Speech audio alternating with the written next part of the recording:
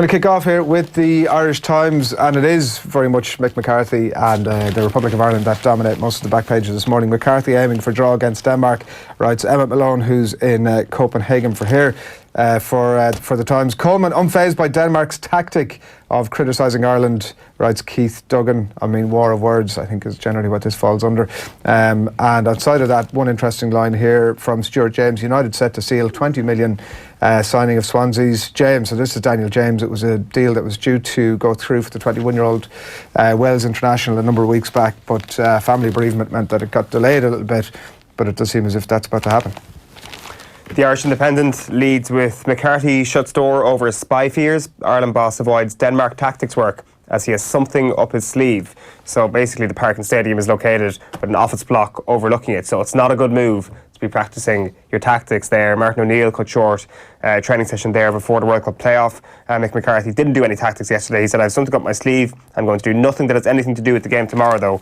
He says, the big story, though, on the back of the Irish Independent is that Munster are closing in on Larkham deal. Cian Tracy reporting this morning that the former Australia out-half was in Limerick yesterday to finalise a deal that will, barring any last-minute complications, see him join Johan van Graan's backroom staff as Felix Jones's direct replacement. And also another one we'll come back to in a moment. Leinster happy despite crowdfall. Michael Verney has quotes from the Leinster GA chairman Jim Bulger, who insists he is happy enough despite an expected attendance of just below 30,000 for Sunday's doubleheader at Croker. Gordon Manning also writes about that in the Irish Sun this morning. Fans not up for a semi, with a picture of a lot of empty seats there. Gary Breen's thoughts on the game tonight, and Mickey Leaks is really, it's the top of the morning to you. How are you getting on? No Mickey Leaks here, says Mick McCarthy. My boys can keep out that Danish threat. The office block line cropping up there in the Sun as well. The back page of the Times Ireland edition is rivalry not that vicious, says Coleman, asked yesterday about the Denmark quotes. Taylor set for Serrano fight. This is Amanda Serrano, who's in line for a 2019 fight as Katie Taylor's next bout. And also FAI play down hacking fears. So no sensitive data has been lost following external hacking of its servers at their headquarters. So their nudes can stay safe, the FAI basically.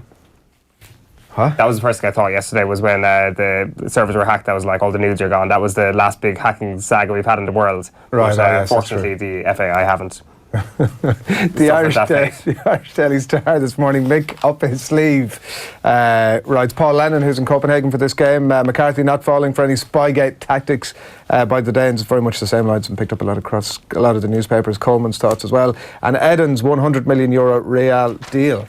So Eden Hazard, who knew, is almost a Real Madrid player. The Irish Examiner leads with red mist. Coleman says Danish trash talk can motivate Ireland. Katie Taylor is quoted here saying, I'm so happy London Olympics isn't my greatest achievement anymore. Netherlands see off England in extra time is the Nations League story at the bottom. And loud and clear, I think you've been reading this one, Adrian. David Tubridy says why Trump is good for Doonbeg. We might come back to that in a moment. The Herald, meanwhile, time to be brave, writes Aidan Fitzmaurice in Copenhagen. Seamus Coleman there, obviously, in front of the media yesterday to respond to those, I mean, absolute smack talk. They were doing our boys down, those Danes. Seamus Coleman sort of dealing it in the measured way that you might expect. Frank Roach writing about the Leinster football semi-finals this weekend. Lilies in acid test against the best. The back page of the Irish Daily Mail says they're spooked. McCarthy upbeat despite concerns over Danish spies. And Mark Gallagher writing here that Taylor's team demand stricter doping tests. So this is the fallout continuing from Taylor's controversial win over Delphine Pursuit at the weekend. And Taylor's management team insists all her future opponents sign up to VADA, which is a voluntary anti-doping association drug testing programme, meaning they can be subject to random tests 3 months before a bout. The Irish Daily Mirror, keep the jibes coming. Seamus Coleman there, and England sink like a stones is definitely in contention. And is fresh in at number 2 on the tab of the morning for you there. Holland 3, England 1 in the Nations League semi-finals. And finally for me, the Daily Telegraph goes with England calamity. Howlers by Stones and Barkley gift Dutch victory in more semi-final heartbreak for Southgate. And in the Racing Post, finally, it is, if I can manage to hold that up for you, Ireland facing their biggest test yet, obviously looking ahead to this game tonight, and Lionesses on the prowl, unbeatable Women's World Cup preview, according to themselves. England, one of the favourites for that tournament, along with France, USA as well, in the mix. A veritable festival of football coming to your screens over the next few weeks, and all kicks off this evening. That is your newspapers this morning. Couple of little stories inside that we're going to let you know about shortly, but before all of that, the Brown Thomas sunglasses promotion is on now until this Sunday coming in all Brown Thomas stores and also on brownthomas.com. Right now you can receive 20% off the biggest selection of sunglasses at Brown Thomas and brownthomas.com. Father's Day at Brown Thomas for everything that he really wants. This is what great gifting really looks like. You can give him the perfect pair of shades this Father's Day. And today we're giving you the chance to win a £250 pair of sunglasses. So to enter, just share with us online your first memory or best memory of going to a sports event with your dad, mum, aunt, uncle, guardian, whatever it might be. We're open to all stories and some beauties coming through as well. It's actually, to be fair, it's like sunglasses. Pretty good present. It actually is. It is. Like, it actually just totally works. It's not like, you know. It's a good idea. Might even save it for the big one for Christmas. Yeah, because that'd be a good time of the year. Right, there was a couple of stories that we wanted to get to this morning. We'll do Leinster football first. Was in the Irish Independent. It was, to be fair, it featured in a couple of the newspapers today. Michael Verney was writing about this one in the Irish Independent. Eoin mentioned it shortly there a few moments ago. Leinster happy despite crowd fall. So this is the news that 30,000 seems like a pretty positive estimate of the crowd that's going to turn up to the Leinster football semi-finals this weekend. And, you know, Michael mentioned some of the counties obviously that are involved there, Dublin, Meath and Kildare, and the vast populations that these counties have. And it just seems like as if everybody's kind of happy that, you know, there's 16,000 tickets sold at the moment. So they are expecting obviously to be a double that in terms of a walk-up crowd, or near to it anyway. But that everybody's kind of happy that this is fine. Like, this is not a catastrophe. This is, you know, Dublin have been dominating the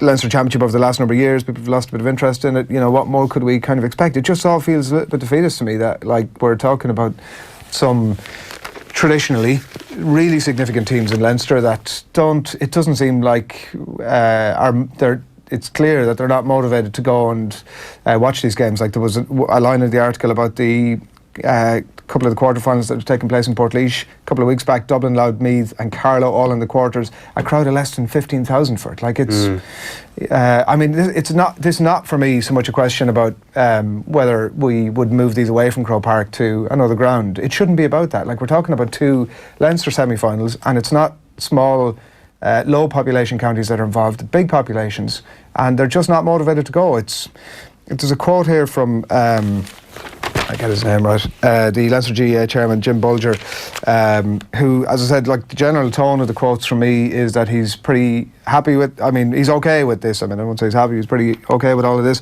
There's a big interest in Dublin given the year that's in it. What we're getting, anecdotally anyway, is that a lot of fans want to go to as many matches as possible because of the historic potential of the season. That is just not true. Just about to say. Like, look at the information that's just been put in front of you. They've already played. Their own fans didn't go to watch them. And 16,000 tickets have been sold for this game in an 82,500 capacity stadium. They're expecting about 30,000. The idea that Dublin fans will want to go to as many matches as possible because of the historic potential of the season is just not true. No. Yeah, it's not true. And I think that kind of chips away at the idea that the Dublin fans have some sort of superior ability to travel around the country than everybody else. Oh, they love travelling around the country. They love going up to Omagh when it's Tyrone. Every fan loves doing that, and they are good travelling supporters. But, like, I mean, it showed that they don't have this sort of great gift of travelling around the country. But they're not even going to Croke Park. Yeah, well, that's the genesis of the point here. And ultimately, I think the GAA and the provincial councils and even to a certain extent county boards get criticised for being too business centric or caring about the bottom line a little bit too much. Whereas these quotes strike me as somebody who really just isn't even thinking that way, isn't even thinking the fact that you're going to break even. Like, if the Leinster Football Championship was a music festival, it would have been called off 10 years ago at this point. It's imagine Oxygen Festival saying, we'll go again with the Coronas headlining this year. Oh no, nobody's bought tickets. Let's just do it again next year. Because this makes perfect sense. Yeah. That is exactly how these people are operating. So to call them people who care about the bottom line at the end is actually doing people who care about the bottom line a huge disservice. The only thing I'd say is, right, to be fair, we haven't been offered any information to counter this, but in the interest of fairness, I will say that potentially behind the scenes that Leinster GA and the powers that be are furiously working away at a plan to try and have been working away at a plan to up attendances that, in a way that we saw with the National League a number of years ago, really innovative way around games that were necessary. Not, to be fair, they weren't like Dublin Kerry and Dublin Tyrone as well, but in the league at that time, particularly 5-6 years ago, it wasn't seen as a thing that people would have been that interested to go to. They started putting them on Friday nights under lights. They would bring in bands. I mean, like, it was Jedward and whatever you're having yourself, but at the same time, at least they were making an effort to bring kids in and to fill up the stadium in a way that I just don't see any evidence of it here. They're saying it seems, I'm saying, look, that's a possibility, right? Like, maybe all that's happening in the background and none of it has just come off, and there will be a plan for next year. And I'm not talking about fixture changes, and I'm not talking about moving away from Croke Park. I'm talking about best selling this as an event. And if the football isn't going to do it, and it isn't, you can't rely on it. Dublin are going to walk this thing. There's just no question about that. Like, what are the other things that we could be doing to fill this stadium? Yeah. I'd like to see some of that. Are you going to watch West Meath this weekend? No. The qualifiers? Yeah. No.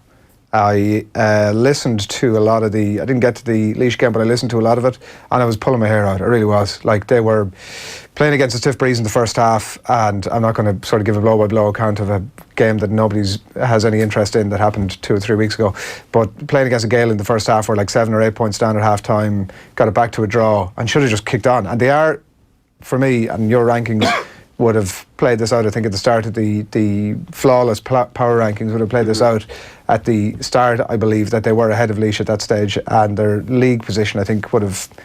no, they were behind Laois. No, before that Laois game, they were one. Oh, were they? They were 1 point those behind. rankings are bullshit. Well, they got beaten by Laois, so clearly they are, as it says in the thing, flawless. I mean, like, you were making the point during the week that... Would you have gone this Sunday if they were playing? And would you have stayed for the main event? Yeah, of Kildare against Dublin? It would depend. If they were going to play Dublin, I wouldn't have gone. There's absolutely no chance I would have gone. I've sat through too many of those games. You've got to watch them play Meath, though. 6 or 7 years. Definitely would have to play to be fair, that was one of the best Gaelic football games we've seen this decade, was that very fixture 5 years ago. Meath, Westmeath. Yeah, oh, so brilliant, to be fair, that's kind of different. But you would also hang on to watch the 4 o'clock, would you? I suppose you pay for Dublin tickets. were playing at 4 o'clock. Yeah. I'd stay for about 20 minutes or half an hour and then I'd be gone. Like, what's the point? Who wants to sit through that? To be honest with you, I agree, by the way, but I actually have a strange fascination with those sort of games where if I was in your position, I would 100% watch the full 80 minutes, including extra time, whatever it is, of Dublin playing Kildare, even if they were trouncing them. Because I think it was Eoin Fitzmaurice making the point a couple of weeks ago in the Irish Examiner that you actually learn a lot more about a team when they're in those sort of circumstances, because they can do exactly what they want to do to their opposition because they're so far superior. So what you're seeing, especially in the early throws of the game, is how do Dublin want to play? Well, this is a very good way of pinpointing that. If they're playing it's like a training exercise. If they're playing Mayo, it might be a version of Dublin that they don't want to be because they're adjusting themselves to that opposition. So I think that was a valid point, and for that reason I would probably sit and watch all of Dublin, but I think there's truth in your point of view. Eamon was on with us last week. The thought is just flashing into my mind, and when you were off enjoying yourself in the mainland, he was on with us last week, and Donny had been on during the week and said, Kerry were going to beat Clare by 4 points, and I was kind of saying to him, listen, can you give us some sort of a real take on this? And he was like, look, I don't know, maybe 6 points. I think it was 6 points. Wow, that's like Kerry people get destroyed for being cute hooers all the time, which is not true. And you're going to hear a lot of it over the next couple of weeks as well, when this Cork team is rightfully pumped up to their max. A Cork team who, according to reports, have beaten a very high-profile team in a challenge match, a high-profile team that may have won 4 in a row. in intercounty titles over the last couple of years. Don't want to narrow down the options too much, but this Cork team is flying. So I just want to get that out there immediately. I did say to Eoin afterwards, Kerry 6 points to me is about 9 or 10 points. But to be fair, he was 100% spot on. Yeah, but we got sidetracked there. We got totally sidetracked. What else were we going to look at? You had a couple of... I think you had the Tubridy quotes from Doonbeg. So this is just... I don't know if people have seen the... what is this, the Examiner? People had seen the video online. Adrian Finnegan of News Talk was in Doonbeg during the week for the very blindingly obvious event, and the brothers, the two sons, went down to some of the pubs around Doonbeg, as it seems they do from time to time. Like when they walked in, they were like, "Hey, my people, we're among our people," and the people were bloody delighted to see them as well. It turns out they buy them a lot of free drink too, which is, I mean, always a kind of good way to do it. But so there was a video from this pub, and the two brothers were behind the bar, the Trump brothers behind the bar, and what seemed like the owner of the bar was sort of giving it the whole, "Listen, delighted to have you here, you're great for Doonbeg, we're right behind the Trump family, come on, let's go."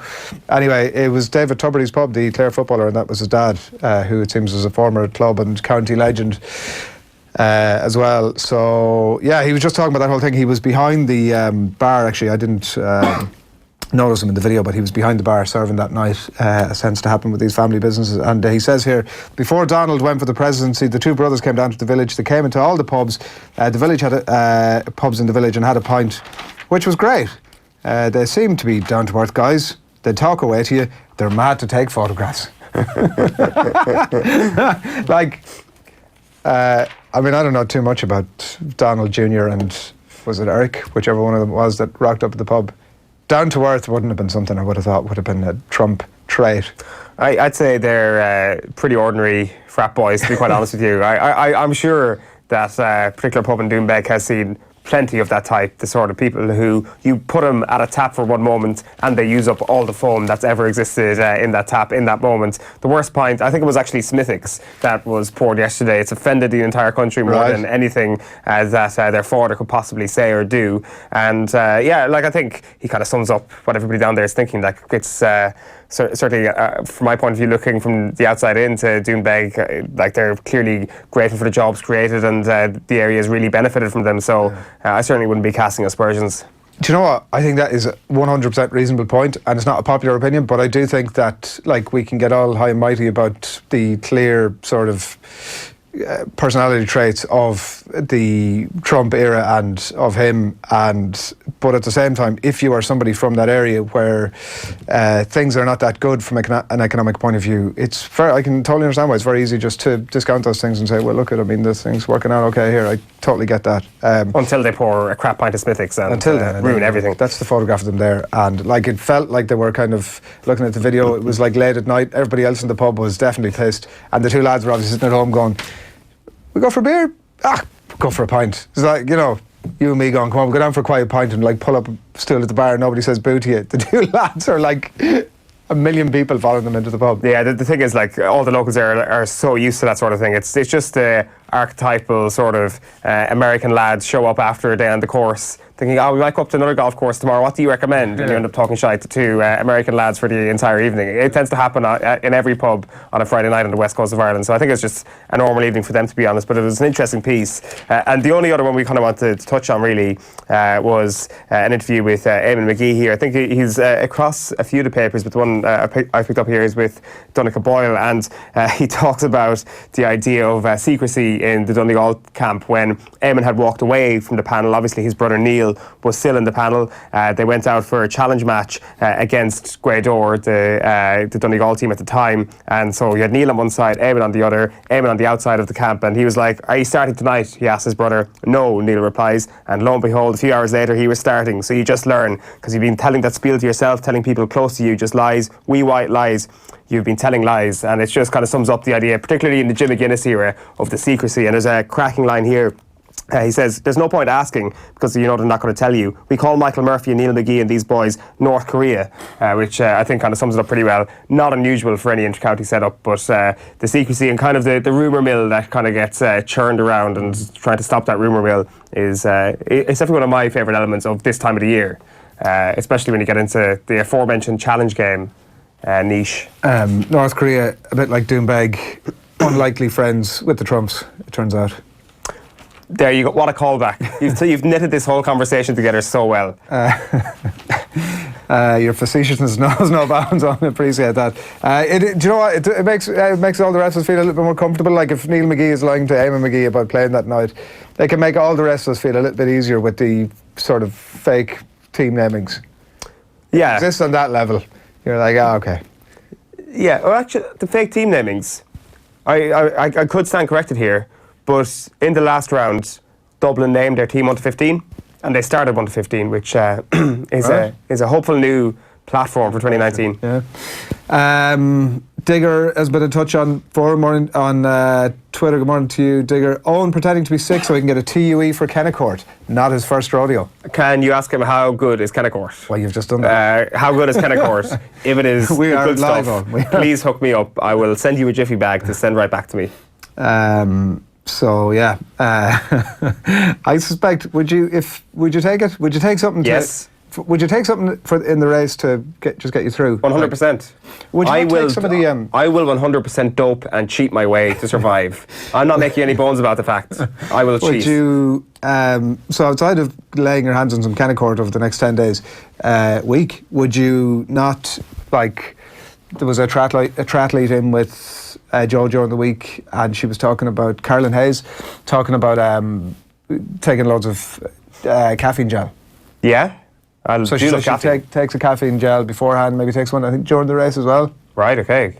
Must get on that.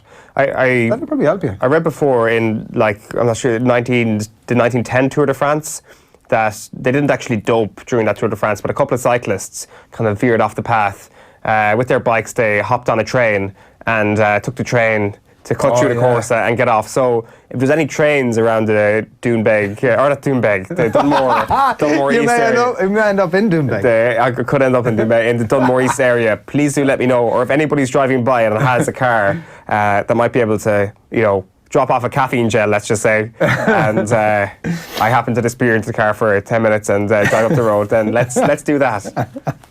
You're going to be Eric Trump in the pub in Dunmore that night, sort of. I'm here, everybody. That's me living the frat boy life. Now, I must let you know that Off the Ball are heading for some winter sun and some top-class golf as well, and we want you to join us. The OTB crew, along with special guests Kevin Caban, Kieran Donaghy, Peter Lowry and more, are taking on two of the best courses on the planet. Yas Links and the National for the first ever Off the Ball Open. It's coming your way this November. 5 nights in a 4-star hotel, a Peter Lowry golf clinic, gala dinner and a world famous OTB roadshow to top it all off. It's November 17th to the 23rd. It's in Abu Dhabi, and you can sign up now if you head along to offtheball.com/open.